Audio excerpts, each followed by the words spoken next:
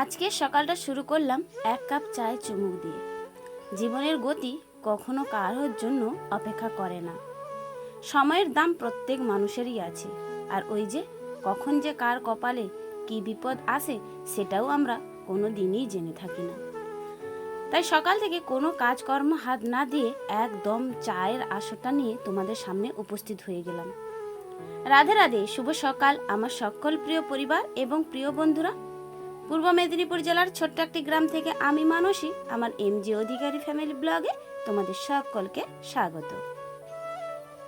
চা খাওয়ার বাসনগুলো ধুয়ে নিয়ে এসে দেখো তাকে আমি সাজিয়ে রাখলাম।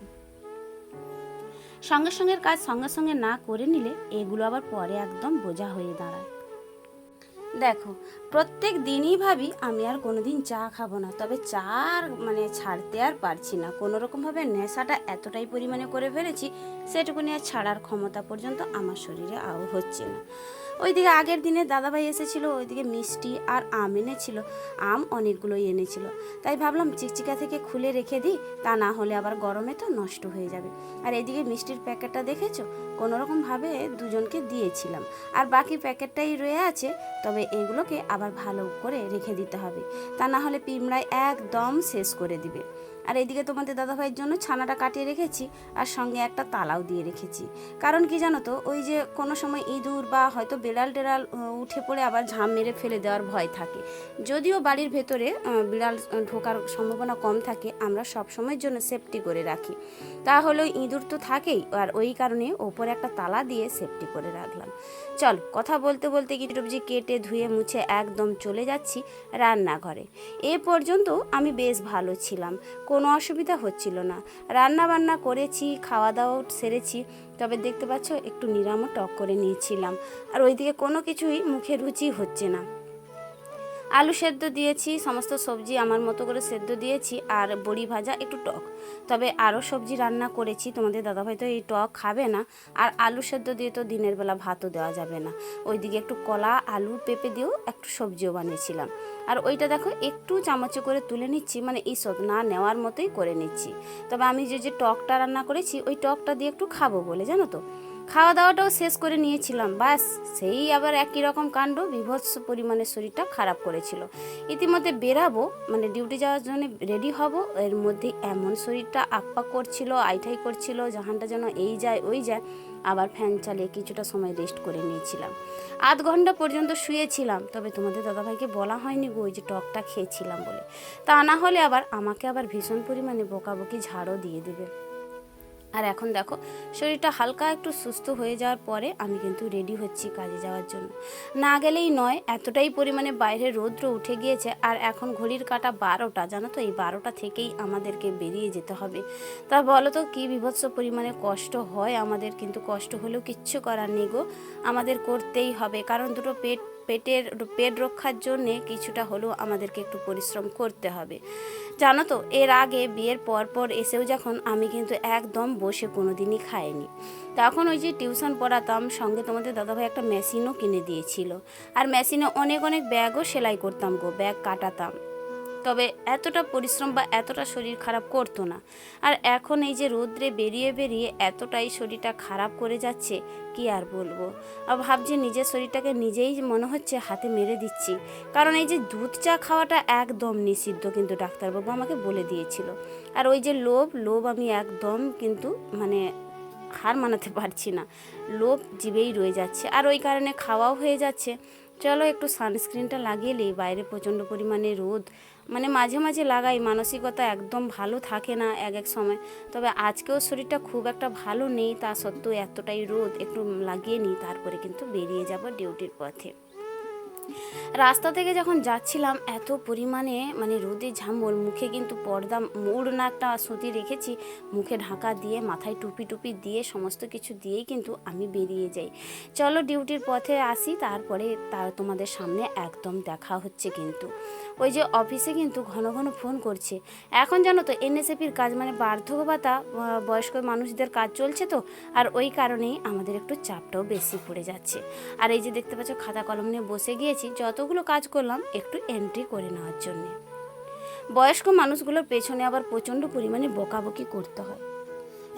মানে দিন দিন যত যাচ্ছে জানো তো আপডেট হচ্ছে, মানে আমাদের জিও আপডেট হচ্ছে, সব কিছুটাই আর কি ফোনের মাধ্যমে। বয়স্ক মানুষরা তো এত সব বোঝে না। ওনাদেরকে যখন বলছিলাম চোখগুলো বড় বড় করুন এবং চোখ বুজান এবং চোখ খুলুন, তাতে করে ওনারা কিন্তু বুঝতেই পারছিল না। যে অনেক হাসাহাসিও করে দিচ্ছিলাম, আমরাও বলেছিলাম আপনি কি কোনোদিন চোখ মারেননি? তখন ওই দাদু বা ঠাকুমা বলতো যে না গো, আমাদের বেলা তো এত চোখ মারামারির কারবার ছিল না, যেটা তোমাদের আমলে এসেছিল। আর আমরা কিন্তু অফিসে সবাই মিলে খুব হাসাহাসি করতেছিলাম। যাই হোক, একটু শরীরটাকে বেশ মানিয়ে নিয়েছিলাম গো, একটু হাসির মধ্যে থেকে বা অফিসে কাজকর্ম থেকে, এইভাবে আর কি। যাই হোক, নিজেকে ব্যস্ত থাকলে অনেকটাই মনে হচ্ছে শরীর মন ভালো থাকে, তবে ব্যস্ত রাখার একদম চেষ্টা করি। তো যাই হোক, চলো অফিসের কাজকর্মগুলো সেরে নিয়ে বাড়ি যাওয়ার পালা আছে। এখন বাজে কিন্তু 4:30 হয়ে গিয়েছে, এরপর এবার বেরিয়ে যেতে হবে। সন্ধেবেলায় এসে ক্যামেরাও অন করতে আর ভালো লাগছিল না, একটু রেস্ট করে নিয়েছিলাম। তবে সন্ধে দেখিয়েছিলাম, আরতি দর্শন করেছিলাম, তারপরে একটুক্ষণ না আমি বিছানাতে রেস্ট করে নিয়েছিলাম। ওই আধা ঘন্টার মতো রেস্ট করে তারপরে চলে যাচ্ছি দুধ আনতে। ওইদিকে একজন আলু নিয়ে আসছে, দেখো মানে বেশ ভালো লাগছে।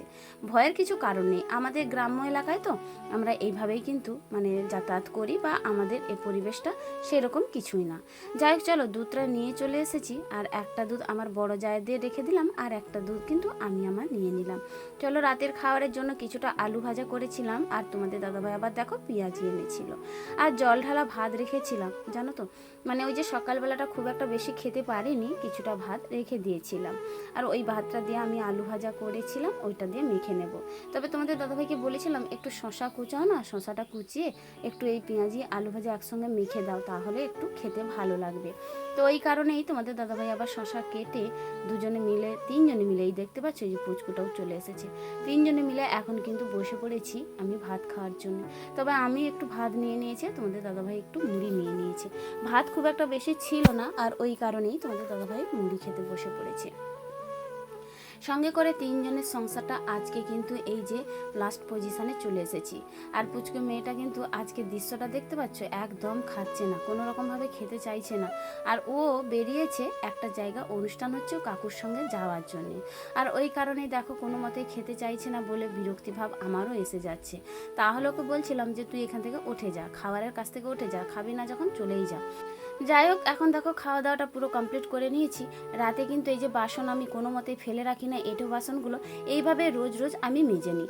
তবে আজকে ভাবলাম রাতে একটু তোমাদের সামনে শেয়ার করে নিই। তবে সারাদিন সেভাবে কীভাবে ব্লগ করেছি না করেছি, রাতে আমি কিভাবে বাসন মাজি, আমি শুকুর এঁটো কীভাবে মানে পেড়ে রাখি সুন্দর করে, সেটা একটু তোমাদের সামনে শেয়ার করে দিই। আর ওই কারণে দেখো বাসনগুলোকে বাইরে বের করে দিয়ে এসে আমি কিন্তু এই যে শুকুর এঁটোটা পেড়ে নিচ্ছি। আজকের ভিডিওটা এখনো পর্যন্ত যে সকল বন্ধুরা আমার পাশে আছো, কাছে আছো, তোমাদেরকে জানাই অনেক অনেক ধন্যবাদ। জীবনের ওঠাপড়া আইডিয়া থেকে আমাকে একজন দিদিভাই কমেন্ট করেছিল, মন্দিরটা খুব সুন্দর লাগলো, আর চাউমিনটা বেশ সুন্দর হয়েছে, ভালো থেকো। তো তোমাকে জানাই অনেক অনেক ধন্যবাদ গো, ভিডিওটা দেখে একটা কমেন্ট করার জন্য। আর তুমিও ভালো থেকো। কমেন্ট করেছো গান সঙ্গীত থেকে দাদাভাই কমেন্ট করেছিল বিউটিফুল ভিলেজ এরিয়া, আমাদের এলাকাটা খুব ভালো লেগেছে। তো দাদাভাই তোমাকেও জানাই অনেক অনেক ধন্যবাদ। আর যারা যারা আমার ভিডিওতে কমেন্ট করেছিল তারা হলো সোমা দিদি ভাই আর ঋতুপর্ণা নাগ, তোমাদের সবাইকে জানাই অনেক অনেক ধন্যবাদ। এইভাবেই পাশে থেকো আমার সারাটা জীবন। তোমাদের ভালোবাসা কিন্তু আমার আর একটা কমেন্ট কিন্তু পরবর্তী ভিডিও করার এনার্জিটুকু বেশ বাড়িয়ে দেয়। খাওয়া দাওয়াটা কমপ্লিট করে দেখো দুধটা এখন গরম করতে বসিয়ে দিয়েছি। তবে দুধ এখন আর রাতেবেলা খাচ্ছি না, তো গরম পড়ে গিয়েছে, তো ওই জন্যে এখন দুধ আর খাওয়া বন্ধই করে দিয়েছি। পরের দিন করে ছানাটা কাটিয়ে দিই, আর তাতে করে তোমাদের দাদাভাই ছানাই খেয়ে নেয়। আর একটু মন হলো এই যে একটু হালকা করে চা করে নিই, তবে এখন ভাবছি আর চা খাবো না গো, যদি মনে হয় একটু লিকার চাই খেয়ে নেব। চলো খাওয়া দাওয়াটা সেরে একদম ঘরের মধ্যে ঢুকে পড়েছি, আর এখন দেখো জলটা খেয়ে নিচ্ছি। আজকের ভিডিওটা বন্ধুরা তোমাদের কেমন লাগলো একটু কমেন্ট করে জানিও, ভালো লাগলে পাশে থেকো এবং ছোট্ট পরিবারে এসে মিষ্টির সদস্য হয়ে যেও। চলো, তবে বিছানাটা ঝাড়াঝুড়ি আগে থেকেই করে রেখেছিলাম। তোমাদের দাদাভাই ওইদিকে দেখো সমস্ত কিছু কাজ গুছিয়ে এখন ফোনটাও দেখছে, আর আমি চুলটাকে কি করছি জানো তো, চুলটাকে একদম সেই মাথার ওপরেই ক্লিপটা দিয়ে দিচ্ছি, তা না হলে কিন্তু একদম ঘুমাতে পারবো না, ক্লিপ মাথায় লেগে যাবে।